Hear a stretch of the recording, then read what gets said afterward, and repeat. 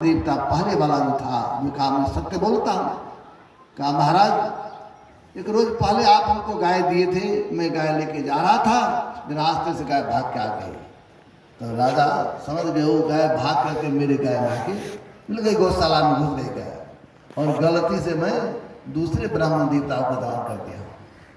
अब राजा सुलह की बात कर रहा था, आपस के विवाद को मिटाना चाह रहे थे।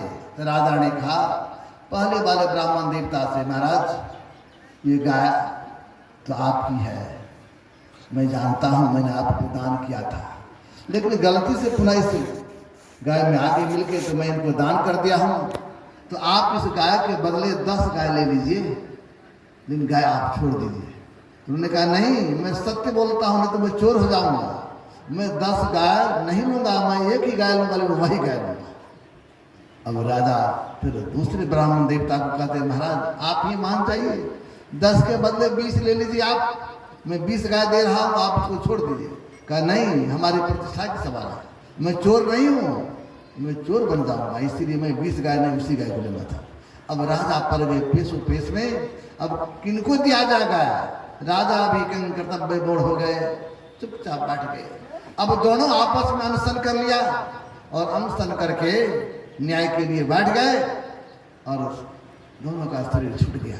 तब जब शरीर छूटने लगा तो आकाशवाणी हुई, क्रोध में आ गए थे लोग, तो आपने उचित न्याय नहीं किया है, आप अजगर के जैसे बैठे रह गए आसन पर, आपको चाहिए न्याय देना, लेकिन आपने न्याय नहीं दिया है, इसलिए जाइए आप अजगर हो जाइएगा। जैसे का अजगर हो जाइए, तो कहते हैं वृथा न होई देव ऋषिवाणी। ब्राह्मण थे, सत्यव्रती थे, तो उनकी बात झूठी नहीं होती है, जैसे कह दिया तो बात पड़ गया।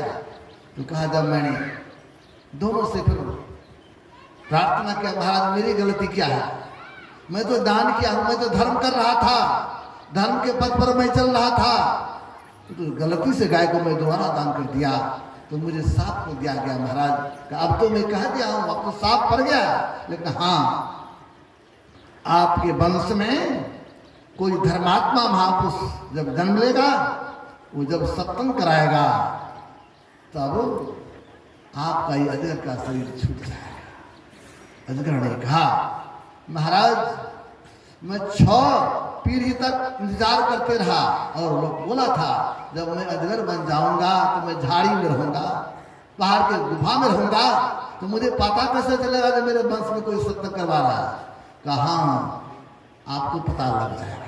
कहा उसी के बात के मुताबिक जब आप कथा प्रारंभ किया सत्संग, तो मुझे पता लगे, मुझे बड़ी खुशी हुई। हमारे वंश में 7वीं पीढ़ी में राजा जनक हुआ, मुझे बड़ी प्रसन्नता हुई, आप भक्त हैं, इसीलिए मैं सर्प करके आपके बीच में आ गया, और आपके कथा को सुना, सत्संग को सुना यहाँ पर, इसके प्रभाव से इस सर्प का शरीर छूट गया, और मैं दिव्य शरीर से दिव्य लोक में जा रहा।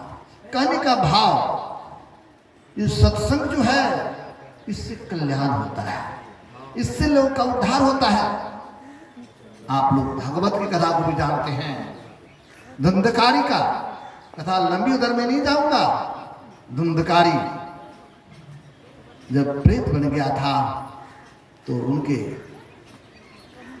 लोगों ने उनके निमित्त, उनके भाइयों ने उनके निमित्त शुभ कर्म भी किया, श्राद्ध कर्म भी करवाया, गया में जाके पिंडदान भी करवा दिया। पिंडदान करवा के जब गोकर्ण आया, रात में बैठा हुआ था, तो रोने की आवाज सुनाई पड़ा, तो ये मंत्र से अभिषेक करके जल छोड़ा, तो वो प्रेत था सामने। कहा कौन है? कहा मैं आपका भाई धुंधकारी हूँ, देह में जलन हो रहा है, बहुत कष्ट है, मैं प्रेत बन गया। कहा कहा मैं बहुत पाप किया, इतना पाप किया जब अपने माता पिता को भी मैं नहीं बख्शा, उनको भी परेशान किया, और अंत में मेरी अधोगति हो गई, मैं प्रेत बन गया। उन्होंने कहा